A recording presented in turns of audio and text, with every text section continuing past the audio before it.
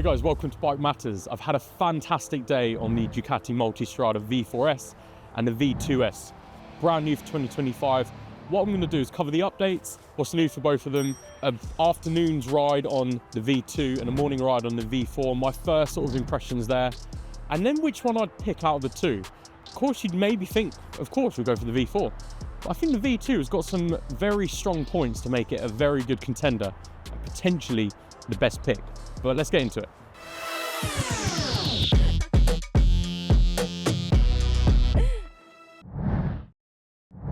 So this morning came out to Peterborough to Potski HQ and we were greeted with the Multistrada V4S and a brand new Multistrada V2S.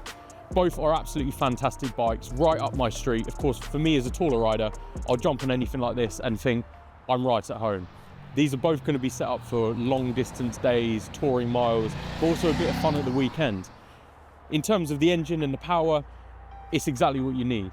But what I'll do is cover what's new for the 2025 V2S. Of course, it's basically a brand new bike. And then what's updated for the V4S, because this Multistrada has a long storied history. And it could be one of the best bikes out there for someone who's looking to do maybe cross-continent tours. But is the V2 maybe too small? Is it too underpowered? I know some people said that with the new V2 motor, it's not good enough.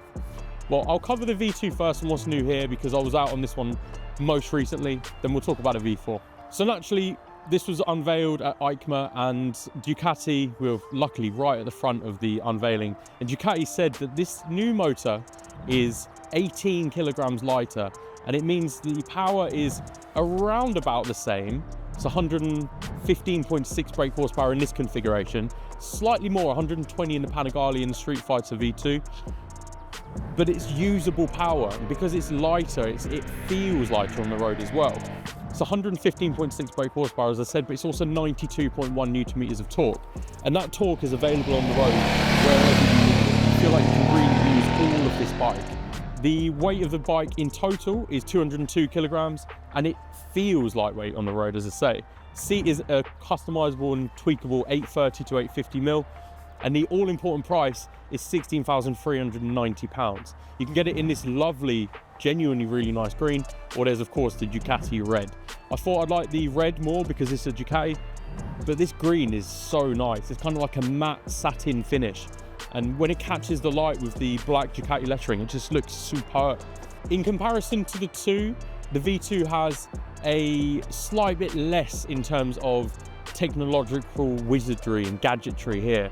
But that doesn't mean it's any less of a purchase. It's still super premium. This one is the S model, of course, so it has the electronic suspension. You can tweak all of the rider modes there. You've got ride modes, including sport, enduro, if you're going to use this bike off-road, which I can't imagine you would. Then you've got the sort of traveling road modes, urban modes for a little bit in between power when you're maybe doing some nadry stuff in town. In terms of the output of the motor, it's so responsive. But I did find the vibration quite noticeable in the seat. It's only really at the higher revs that it's pushing through the gears, but it is quite noticeable, especially compared to the V4 that felt like a magic carpet, but we'll get to that in a minute. Just to touch on the suspension, this bike is superbly comfortable, especially for me as a 6'3" rider. I'm about 15 stone-ish. You can customize and set the preload on the bike, and it remembers it when you then turn the bike off and come back in. And you can also set the suspension from dynamic to a more comfort setting, or you can make it do it automatically itself. The comfort on this bike is second to none, really. I mean, second to one, maybe. But I found this so comfortable on the road, and it's very light steering as well. The input through the bars, just get a lot of feel through in the corners, and particularly with that motorway, you can use all of it and power out of some switchback corners and some of the lovely country roads we have in the UK here. This felt right at home, especially in those sort of B-road settings where you're opening the throttle and then braking really sharply just to go to the next corner. That is a note as well here. You've got Brembos up front. They aren't the top spec Stylemas, but I had no concerns with the braking power here whatsoever. It felt incredibly controlled. And when you start to go really hard on the brakes, you do get a bit of response with the ABS.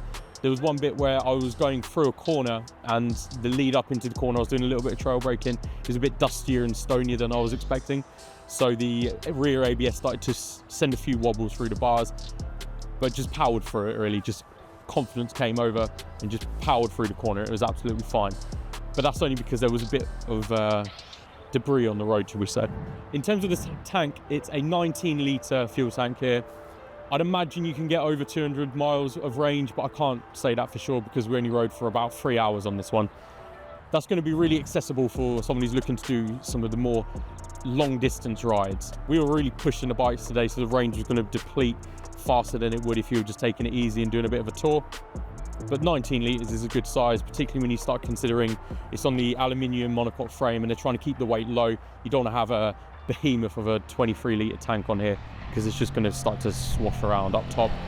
Weight is nice and low and it's just really comfortable on the road. Now, last point on this one is the electronics, the TFT dash and the adjustable screen, which is done with one hand. All really accessible. You can connect your phone, you can pair it up there. You've got a few different modes and a few different screens you can choose on the TFT display.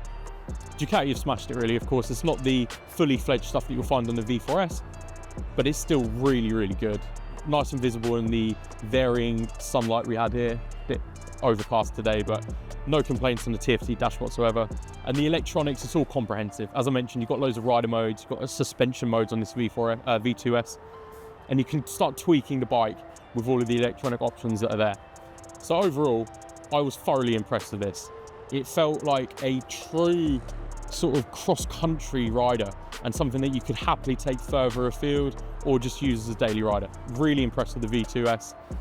And now we'll talk about the V4. So naturally, started off this morning on the V4S, and I've ridden it before in the past, last year, or 2 years ago actually, and I was blown away by this bike. It genuinely feels like a magic carpet. This has all of the electronic gadgetry you could possibly throw at a bike.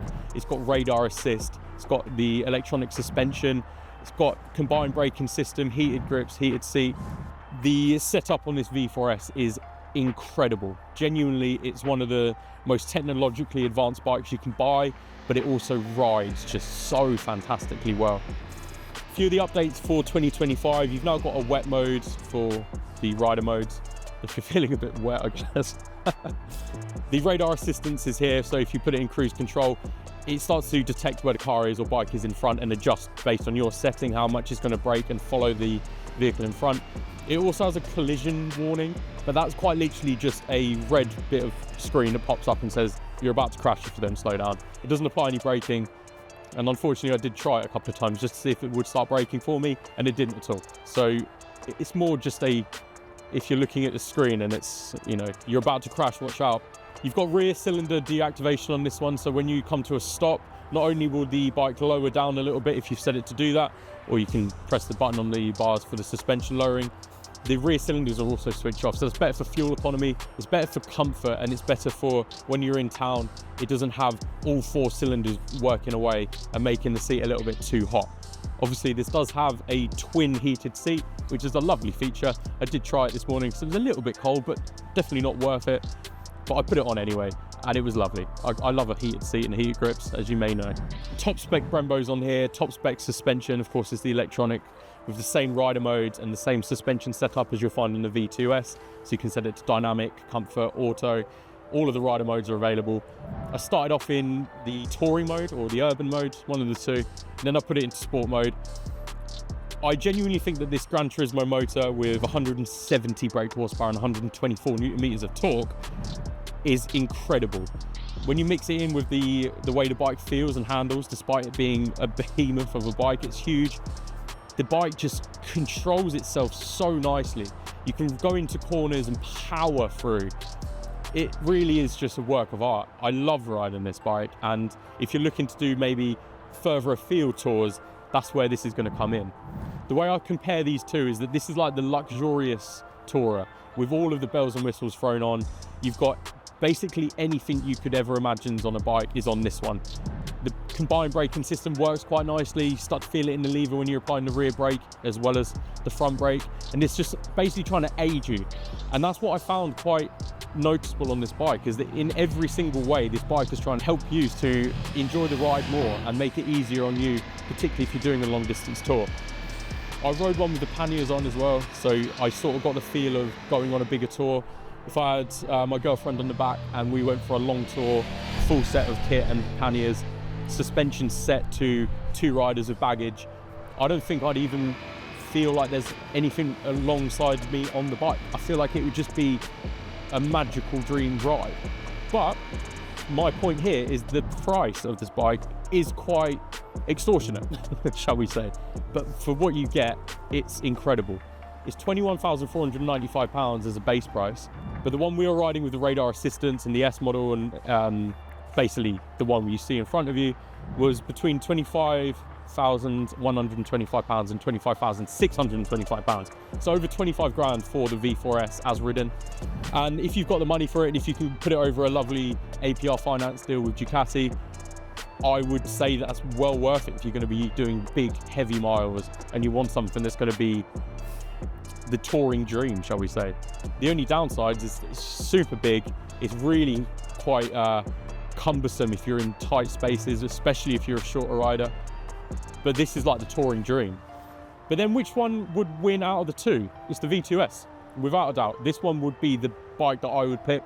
It feels a little bit more raw, but it still has all of the customization in the power modes, suspension modes, and the motor is all usable. With this one, if you were to use all of the motor, you're just going to have no license, or you're going to end up in a hedge.